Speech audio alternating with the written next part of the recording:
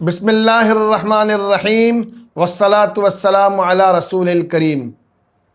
10 محرم کو Jio T V پر ایک programme نشر کیا گیا، ایک ڈاکومنٹری نشر کی گئی جس کا نام تھا سفر عشق۔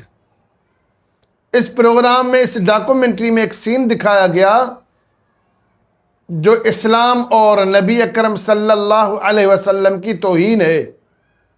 یہ سین ناموس رسالت کے خلاف تھا۔ نبی اکرم صلی اللہ علیہ وسلم کے خاکے اور دیگر مقدس ہستیوں کے خاکے دکھائے گئے۔ یہ اتنا بڑا جرم ہے، ناقابل معافی جرم ہے۔ اسلام میں بھی ناقابل معافی جرم ہے، پاکستان کے قانون کے مطابق بھی یہ ناقابل معافی جرم ہے۔ فوراً جیو ٹی وی کی طرف سے، ان کی انتظامیہ کی طرف سے معافی مانگی گئی اور ہمارے ادارے حرکت میں آئے پیمرا کی طرف سے 15 دن کے لیے جیو ٹی وی کا لائسنس منسوخ کر دیا گیا۔ چند دن گزرے تو جیو نیوز کا لائسنس بحال کیا گیا اور علماء اور صحافی حضرات کے بیانات بھی آئے کہ مسلمانوں کو فراخ دلی کا اظہار کرنا چاہیے، مظاہرہ کرنا چاہیے کہ غلطی دانستہ نہیں تھی، غیر دانستہ طور پر اس طرح کی غلطی ہوئی ہو جاتی ہے تو اس کو زیادہ سیریس نہیں لینا چاہیے، درگزر کرنا چاہیے۔ انہوں نے ارادے سے نہیں کیا، غیر ارادی طور پر انہوں نے یہ جرم کیا ہے یا اس جرم کا ارتکاب ہوا ہے۔ ہم اس بات کو بھولے ہی نہیں تھے۔ کل پھر جیو ٹی وی پر ایک ڈرامہ نشر ہوتا ہے جس کا نام ہے ضبط۔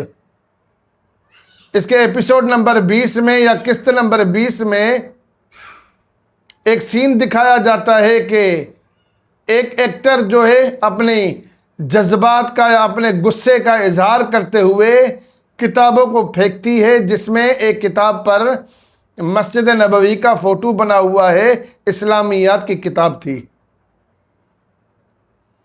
میں ایسے صحافی حضرات سے پوچھنا چاہتا ہوں جنہوں نے جیو ٹی وی یا جیو نیوز کے حق میں بولا، ایسے مفتی حضرات سے پوچھنا چاہتا ہوں جنہوں نے ہمیں درس دیے کہ آپ ٹھنڈے رہیں، آپ جذبات میں نہ آئیں، آپ درگزر کریں، یہ ارادی طور پر نہیں تھا، غیر ارادی طور پر تھا، بشری غلطی تھی، ہو جاتی ہے، آئندہ نہیں ہوگا۔ بلکہ انہوں نے تو جیو نیوز کو سراہا کہ انہوں نے فراخ دلی کا مظاہرہ کیا ہے، بڑے دل کا مظاہرہ کیا ہے، بڑے پن کا مظاہرہ کیا ہے کہ انہوں نے معافی مانگی ہے۔ میرا سوال یہ ہے، ایک ہفتہ پہلے آپ اتنا بڑا جرم کرتے ہیں جو ناموس رسالت پر حملہ سمجھا جاتا ہے، اس کے بعد تو آپ کو الرٹ ہونا چاہیے تھا، ہوشیار ہونا چاہیے تھا، ایکٹیو ہونا چاہیے تھا، اور یقیناً آپ ہوئے ہوں گے۔ ایک ہفتے کے اندر ہی دوبارہ پھر یہی جرم آپ سے ہو جائے تو اس کو غلطی نہیں کہیں گے، اس کو غیر ارادی طور پر نہیں کہیں گے، یقینی طور پر یہ ارادی طور پر جرم ہوا ہے۔ یہ نبی اکرم صلی اللہ علیہ وسلم کے خلاف، حضور کی ناموس کے خلاف یہ سازش کی جا رہی ہے، حضور کی ناموس کے اوپر حملہ کیا جا رہا ہے، یہ اسلام پر حملہ کیا جا رہا ہے اور مسلمانوں کے جذبات کو مجروح کیا جا رہا ہے۔ یہ پاکستان کا امن و امان خراب کرنے کی سازش کی جا رہی ہے۔ میں پیمرا کی طرف سے جیو نیوز کا لائسنس منسوخ کرنا، اس کو بھی دھوکہ اور دجل سمجھتا ہوں۔ جب آپ نے وارننگ دی تھی 15 دن کی، یا 15 دن کے لیے آپ نے لائسنس کینسل کیا تھا، تو آپ نے اس بندش کو 15 دن رہنے کیوں نہیں دیا؟ اس پر آپ تحقیق کرتے، اس کے اوپر انکوائری کرتے، اس کے بعد جرم جن سے سرزد ہوا ان کو آپ سزا دیتے، قانون کے مطابق ان کو سزا دیتے، پھر ہم یہ سمجھتے کہ پیمرا نے انصاف کا کام کیا ہے۔ ایک ادارہ، معتبر ادارہ جو پاکستان کی دنیا بھر میں نمائندگی کرے، وہ اتنا بڑا جرم کرے، اس کی معافی بس کافی ہو گئی؟ اس کی معافی کے اوپر اس کو آپ کلین چٹ دے دیں گے؟ اس طرح تو پھر ہزاروں لوگوں نے پہلے بھی اس طرح کے جرائم کیے ہیں، اسلام کی اور مقدس ہستیوں کی توہین کی ہے، کیا وہ توہین کر کے معافی مانگتے رہیں؟ آپ ان کو بھی معاف کریں گے؟ آپ ایسے لوگوں کو معاف نہیں کریں گے۔ قانون یہی کہتا ہے کہ ایسے لوگوں کو معاف نہیں کرنا چاہیے۔ ایک عام آدمی جرم کرے، اس کو آپ معاف نہیں کریں گے اور نہیں کرنا چاہیے۔ ایک ادارہ اتنا بڑا جرم کرے، آپ اس کو کیسے معاف کر سکتے ہیں؟ صرف اسی لیے کہ وہ حکومت کی خوشامد کرتا ہے، صرف اسی لیے کہ حکومت کی واہ واہ کرتا ہے۔ میں ارباب اختیار سے ریکویسٹ کرتا ہوں اور درخواست کرتا ہوں کہ جیو نیوز اور اس کی نشریات کے خلاف قانونی کارروائی کی جائے۔ اس کو عبرت کا نشانہ بنانا چاہیے تاکہ اور لوگوں کے لیے مثال بنے، کوئی اس طرح کی دوبارہ جسارت نہ کرے۔ اور امن و امان کا تقاضا بھی یہی ہے کہ اس طرح کے چینلوں کے خلاف قانونی کارروائی ہونی چاہیے۔ اگر آپ قانونی کارروائی نہیں کریں گے تو پھر عوام اپنے ہاتھوں میں قانون لینے کی کوشش کرے گی۔ یہ عوام کا رویہ درست نہیں ہوگا، ایکٹ درست نہیں ہوگا۔ عوام وہاں پر قانون اپنے ہاتھ میں لیتی ہے جہاں قانون حرکت میں نہیں آتا، جہاں ناانصافی ہوتی ہے۔ ہم ہرگز لوگوں کو یہ نہیں کہتے کہ قانون کو اپنے ہاتھ میں لیں، ہمارا لوگوں کو بھی یہی کہنا ہے کہ قانون کا احترام کریں، قانون کو اپنے ہاتھوں میں نہ لیں۔ اور قانون سے بھی درخواست کرتے ہیں کہ قانون حرکت میں آئے اور اس طرح کے لوگوں کے خلاف کارروائی کی جائے، یہی انصاف کا تقاضا ہے۔ اور عوام سے بھی درخواست کرتا ہوں، قانون اور شریعت کے دائرے میں رہتے ہوئے اپنا احتجاج ریکارڈ کرنا چاہیے، اپنی آواز کو حکام بالا تک پہنچانا چاہیے تاکہ آئندہ اس طرح کی کوئی جسارت نہ کر سکے۔ یہ غلطی غیر ارادی طور پر نہیں ہے، ارادی طور پر ہے۔ میں نے بھی ٹی وی چینل میں کام کیا ہے، کئی چینلوں کے اندر کام کیا ہے۔ آپ کے مذہبی پروگرام جو نشر ہوتے ہیں، ایسے نہیں ہوتا کہ آپ نے کیمرہ آن کیا اور آپ کا سین جو ہے آن ایئر ہو گیا۔ رمضان المبارک کے پروگرام 1 مہینہ پہلے ریکارڈ ہو جاتے ہیں، ذی الحجہ کے پروگرام اور محرم کے پروگرام 1 مہینہ پہلے ریکارڈ ہو جاتے ہیں۔ آپ کا ڈائریکٹر ہوتا ہے، آپ کا پروڈیوسر ہوتا ہے، اسی طرح اسکرپٹ لکھنے والا ہوتا ہے، اس کو ویریفائی کرنے والا ہوتا ہے، اس کی منظوری دینے والا ہوتا ہے۔ یہ اسکرپٹ کس نے لکھا تھا، اس کی منظوری کس نے دی ہے، کس کی نگرانی میں یہ ریکارڈ ہوا ہے، وہ ڈائریکٹر کون تھا، کس کے مشورے پر یہ نشر ہوا، آن ایئر ہوا۔ اور یہ ڈرامہ ضبط، یہ ایسے تھوڑی تھا کہ کیمرہ آن کیا اور اداکار سامنے کھڑے ہو گئے اور آپ نے سب کچھ چلا دیا، نہیں۔ 6 مہینے پہلے، سال پہلے آپ نے پروگرام ریکارڈ کیے ہوتے ہیں، پھر آپ یہ نشر کرتے ہیں۔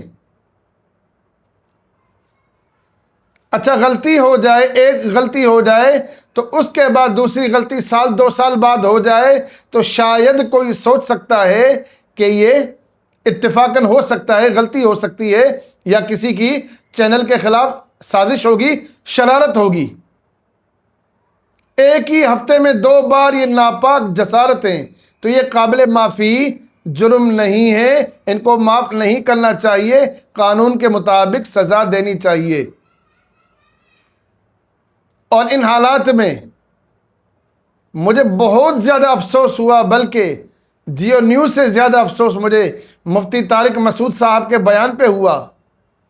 بڑا تفصیلی بیان ریکارڈ کروایا کہ جیو نیوز نے جو کام کیا غلط کیا، ہم اس کی مذمت کرتے ہیں، لیکن انہوں نے بڑے پن کا اظہار کیا، بڑے فراخ دلی کا اظہار کیا، انہوں نے معافی مانگ لی، اس طرح ہوتا ہے، یہ ہوتا ہے، وہ ہوتا ہے۔ پورے جیو نیوز کی شان میں قصیدے پڑھے ہیں مفتی صاحب نے۔ مفتی صاحب، آپ ناموس رسالت کی بات نہ کریں، آپ انٹیوں کی بات کریں، آپ بچیوں کی بات کریں، آپ لڑکیوں کی بات کریں، آپ شادیوں کی بات کریں، آپ بے حیائی کے لطیفے سنائیں، آپ کے منہ سے یہی باتیں اچھی لگتی ہیں۔ ابھی الحمدللہ نبی اکرم صلی اللہ علیہ وسلم کے خدام اور نبی اکرم صلی اللہ علیہ وسلم کے وفادار جان نثار زندہ ہیں، جو قانون کے اندر رہتے ہوئے عدالتوں میں اس معاملے کو لے کر جائیں گے اور انصاف کا معاملہ انشاءاللہ ہوگا۔ آپ جیسے مفتی کے فتویٰ کی ضرورت نہیں ہے، آپ کا معاملہ معلوم ہے ہمیں، آپ بھی گئے تھے کینیڈا میں، آپ نے بھی کچھ اس طرح کی جسارت کی تھی، اور ہمیں یہ بھی معلوم ہے کہ آپ کو کس نے پھول پہنائے تھے، ہمیں یہ بھی معلوم ہے کہ اس کے بعد آپ نے معافی کا بیان کس طرح دیا تھا، آپ نے کون سے الفاظوں کا استعمال کیا تھا، ہمیں یہ بھی معلوم ہے کہ آپ کے معاملے سے پہلے آپ کس طرح کے فتویٰ دیا کرتے تھے اور اس کے بعد اب آپ کس طرح کے فتویٰ دیتے ہیں۔ آپ اپنا دامن صاف کرنے کی کوشش کرتے ہیں۔